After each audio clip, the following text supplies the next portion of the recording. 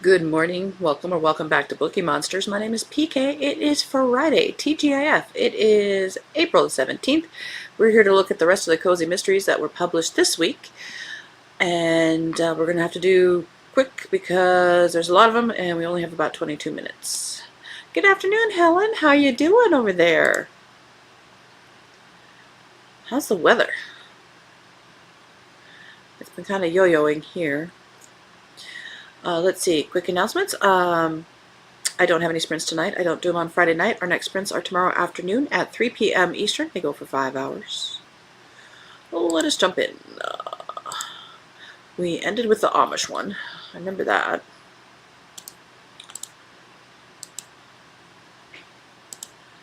The Taming of the Stew by Matilda Swift, 7th in the Parchment Paper Mysteries. On the long summaries, we are going to not perhaps read them all because there are so many to get through. This is by Matilda Swift, 7th in the Parchment Paper Mysteries. Jessica Askew, baking rebel with the recipe for uncovering the truth, is embracing her literary roots by catering the revived Little Quillington Shakespeare Festival. She and her assistant Hattie are hard at work in the tea room, enthusiastically experimenting with authentic, if slightly strange, Elizabethan banquet recipes, but life in the quaint village starts to imitate high drama. Between the rival acting troupes, a mysterious tabby cat that is the spitting image of Miss Marple, and Hattie claiming she's found flowers with magical properties, Jessica is already struggling to keep the curtain from falling. The situation hits fever pitch when her best friend Pippa finds herself at war with the fiercely ambitious Mrs. Myrtle, whose schemes threaten to destroy the entire event. Just as the banquet begins, a dead body appears in the middle of the feast and then promptly vanishes. With the festival threatened with cancellation, Jessica must race to solve the perplexing disappearance.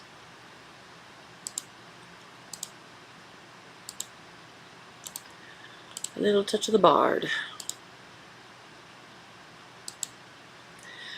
Daffodils and Devon Scones by Chrissy Chicory, 4th in the Nettles B&B Paracozy Mystery Series. Spring has come to the Nettles bed and breakfast, bringing daffodils in bloom, warm tea in the parlor, and a quiet sense of celebration. It is Nan Nettles' 70th birthday, and while her husband's suspicious secrecy suggests a surprise in the works, Nan is content to let the day unfold in its own time. But inside the house, something else begins to stir. Hidden away in the attic, Nan discovers a long-forgotten cello. Once she touches it, the music comes easily, irresistibly. Guests begin drifting into deep, unshakable sleep. Conversations trail off mid-sentence. Even the resident ghosts grow strangely quiet. With the help of Mossy, the ever-practical Mabel, mischievous pixies, and the lingering echoes of the past, Nan uncovers the truth behind the enchanted instrument. The cello's magic is not cruel or dangerous. It is longing, a desire to be heard, remembered, and finally understood. As you fall asleep. End of that row.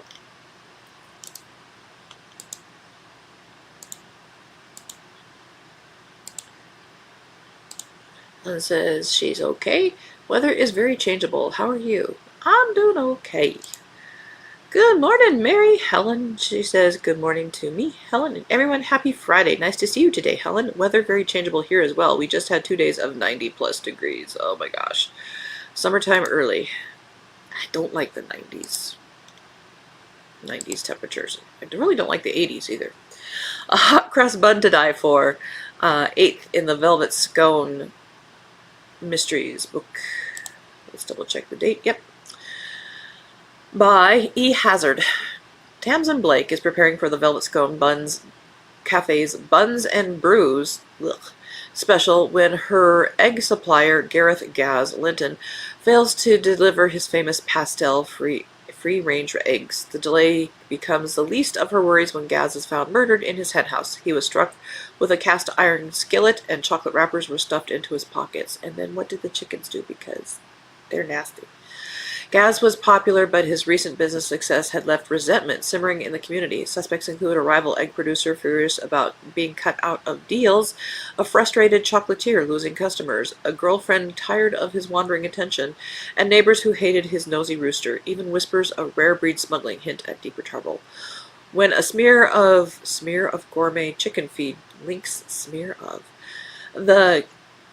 the crime to stolen secrets, Tamsin teams up with Inspector Crumpet, the parrot, and her loyal friends to hunt down a killer hiding among the Easter crowds. That is set in New Zealand, it says.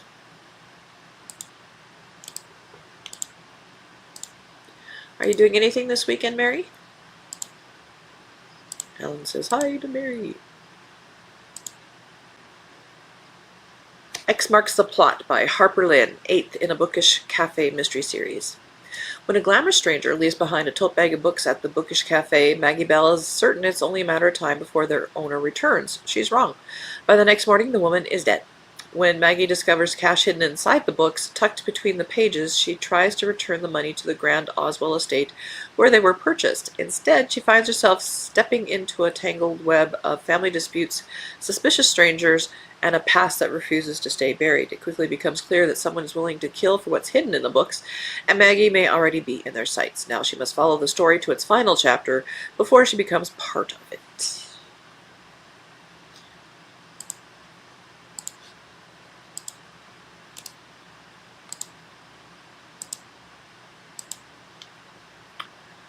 Murder at the Highland Games by D. MacDonald, 4th in the Ally McKinley Mysteries.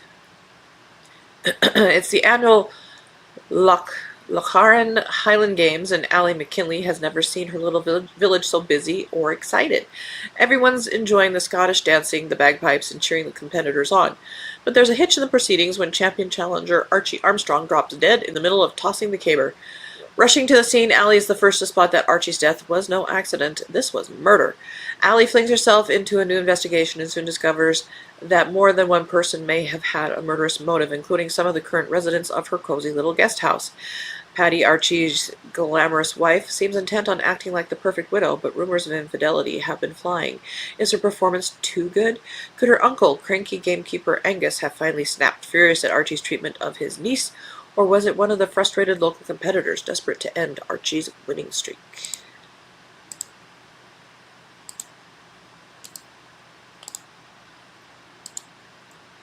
Or are all of those red herrings?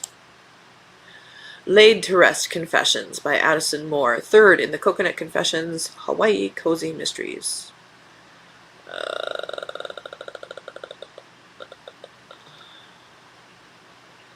Down here. When my ex-husband announced, let's see, my name is Jinx Julep. I run a ramshackle resort in Paradise where the pools are questionable, the chickens have attitude, and apparently the wedding guests turned up dead. See, I wouldn't stay there.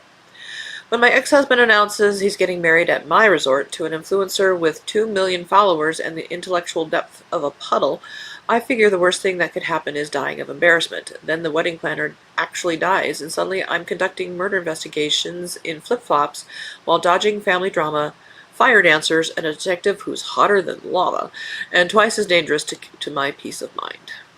And that's all we'll do. End of that row. You probably get the gist of it.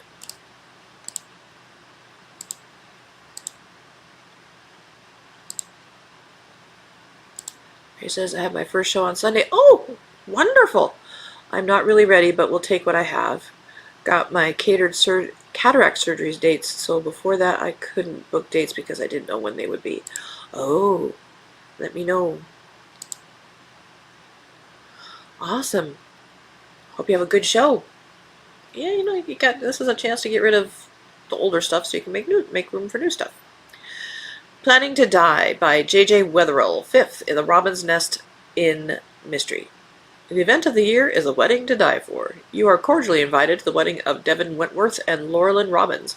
The ceremony and reception will take place on the grounds of the Robin's Nest Inn in Elk River, Wyoming. Gifts are optional, but we must remind you to watch your back because someone will die. Please RSVP. Okay, that's cute and clever. No, thank you. Dying is optional. Iced Tea and Intrigue by Erica J. Welton, 9th in the Alphabet Soup Mystery Series already.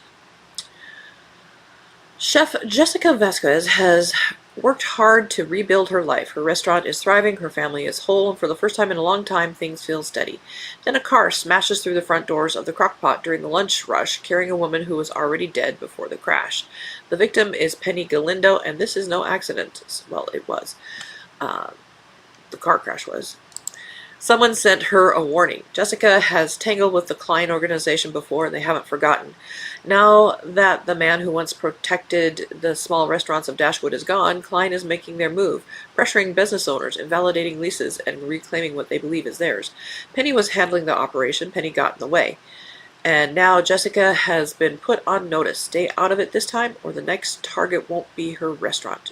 She should walk away. She can't. And it goes on.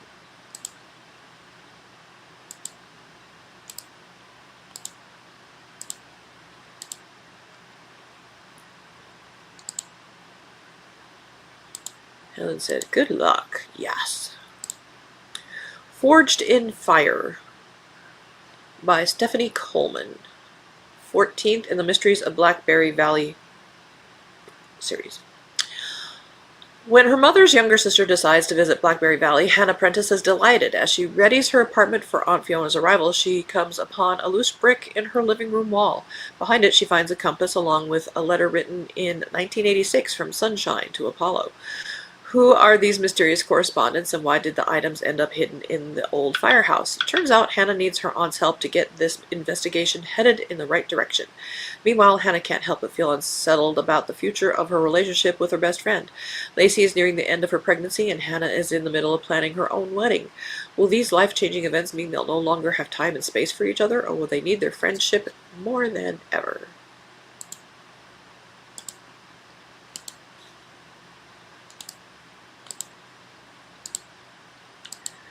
In Trouble by Christy Tate. 17th in the Mysteries on Lilac Lane. Willa adored the whirlwind of Chicago and her job as a crossword puzzle constructor for Ladies' Home and Garden magazine. But when a too-serious fan begins to worry her glamorous Aunt Goldie, Willa suddenly finds herself holding a one-way train ticket to sleepy Wisteria, Wisconsin. But Wisteria isn't the snoozy escape anyone expected. A chance encounter on the train leads to a startling discovery, pulling Willa straight into the heart of a small-town mystery. Surrounded by quirky locals, a lost husband, and a hint of danger drifting around the annual Arts and Crafts Show, Willa must uncover the truth before it's too late. Well, what happened? Can Willa untangle long-buried family secrets and discover who or what is haunting Wisteria, and juggle her crossword deadlines before someone turns her into the next headline? End of that road. Ugh. 9 more go. The Weight of Silence by Crystal Doolittle, 12th in the Miranda Riley Cozy Mysteries. Miranda Riley has spent years managing Little Feather, Oklahoma, the small town where humans and paranormals live side by side in fragile peace. But when the agency summons her to headquarters to defend her town's existence, she discovers the organization she's been serving has quietly changed. Like when S.H.I.E.L.D. was overcome by Hydra. With her town under surveillance and an ancient vampire as their only ally, Miranda makes a desperate choice, but the new director wants more than her cooperation. He wants to unlock the secrets inside her that she barely understands. Back home, Jack unlocks his memories just as she disappears behind enemy lines. Eve struggles to hold things together while trouble arrives at the worst time. Can Little Feather be saved, or is life as they know it about to change? That's kind of the wrong cover for this, for what this book is sounding like. Oh well.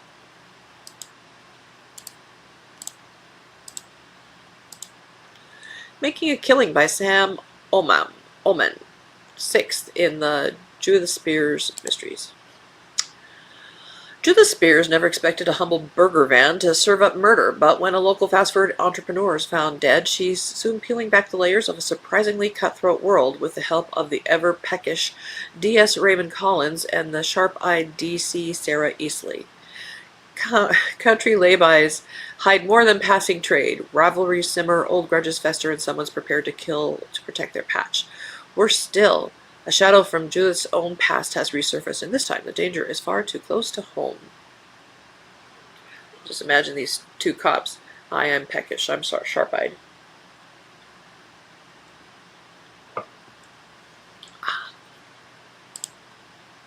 Blah.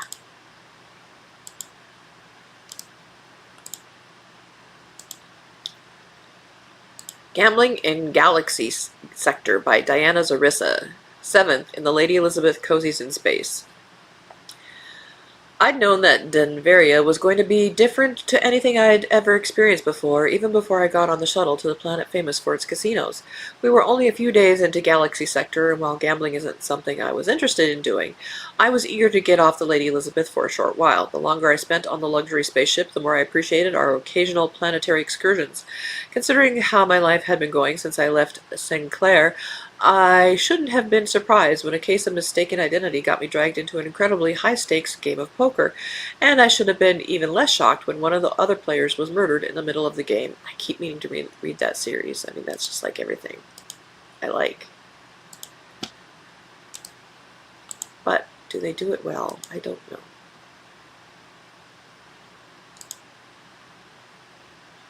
Lily's Larceny and Lies by D.G. Thomas, 11th in the Thorn Sister Sleuths Cozy Mystery Series.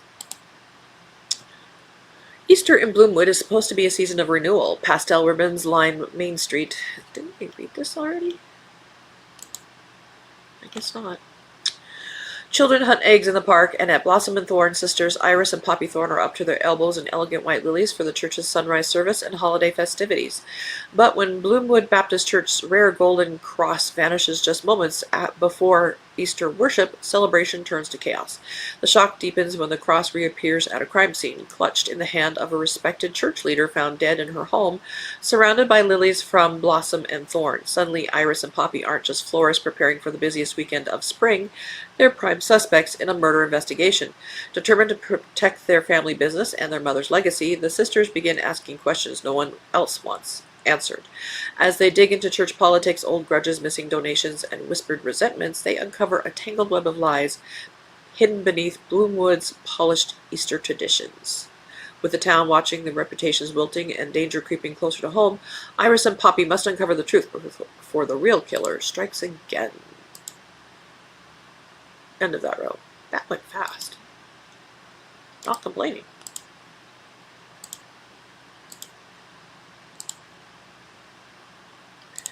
Mary says, thanks, surgeries aren't until August and September. Okay, lots of us waiting to have this done, apparently. And apparently they go wham, wham, wham, wham, wham. My big news is that one of my granddaughters is getting married next Sunday. Oh, congratulations! So I'm going to Pennsylvania for about a week. Excited for her and her young man. Oh, that's wonderful. Do you want to share your granddaughter's name? You don't have to if you don't want to. Death on the Dunes by Paula Porter. When a body turns up near the dunes in Perdido Beach, what should have been a tragic accident starts looking like murder. I'm Katie Drew, and I know trouble when it blows in on a salt wind. The victim had enemies, secrets, and ties to people who would rather keep the past buried than answer a few simple questions. The more I dig, the clearer it becomes that someone is willing to do whatever it takes to keep the truth out of sight. With my rescue dog Daisy at my side, Aunt Nancy watching my back at Seabreeze Cafe and Apothecary, and danger getting a little too close to home, I start pulling on the threads that lead straight into lies, sabotage, and a killer who knows these dunes better than anyone should. Around here, the sand does not just shift, it covers things. It does that everywhere. You're not special. A Midsummer Murder by Kate Wells, 7th in the Malvern Mysteries. Jude Gray is delighted to hear that her friend Carrie's setting up a wellness retreat with her new boyfriend. If anyone deserves to find peace and happiness, it's Carrie, and a retreat at the foot of the Malvern Hills sounds perfect. So Jude, as any good friend would, offers to pitch in. I'm not a good friend, I wouldn't do that. But the appearance of charismatic keynote speaker Inigo Sage sets Jude's instincts on edge. With his mystical mantras and too perfect smile, he strikes her as more showman than spiritual guide. Still, he keeps the guests happy, and a few unexpected extra arrivals. Jude and Carrie certainly have their hands full. When a fatal accident shatters the peace, the weekend of relaxation descends into anything but tranquility, and Jude learns that Inigo's connections to many of those at the retreat go back decades, and their shared secrets have been deeply buried. As tensions flare and old resentments bubble to the surface, can Jude find the truth before someone else gets hurt? It says it can be read as a standalone, even though it's 7th in a series. Basically, they're saying, please read me.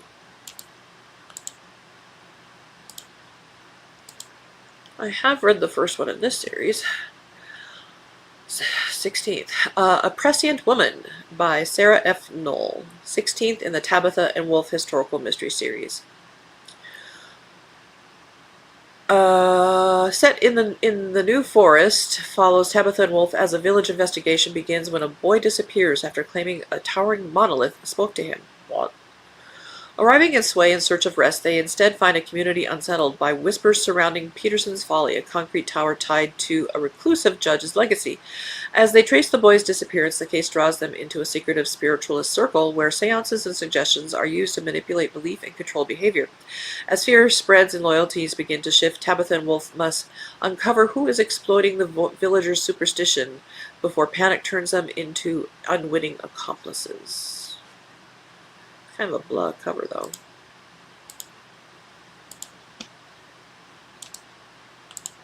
Oh, the bell's gonna ring. We'll do drive-bys. Bookstore of Quiet Deception by Jilly Graham, first in Granny Bright's Bookstore Murder Mysteries. She's taking over her grandmother's beloved bookstore. And of course there's murder. Always happens. When you get offered, when you find out that you are the recipient in the will of a bookstore, don't do it. There's death. Cat on a Hot Tin Woof by Spencer Quinn, 16th in the Chet and Bernie Mysteries. Join Chet the dog, the most lovable narrator in all of fiction, and his human partner Bernie as they scramble to solve a case exposing the dark side of internet fame. Alright. Almost made it. We got to them all. And only did 2 drive-bys. That's not bad. That's not bad.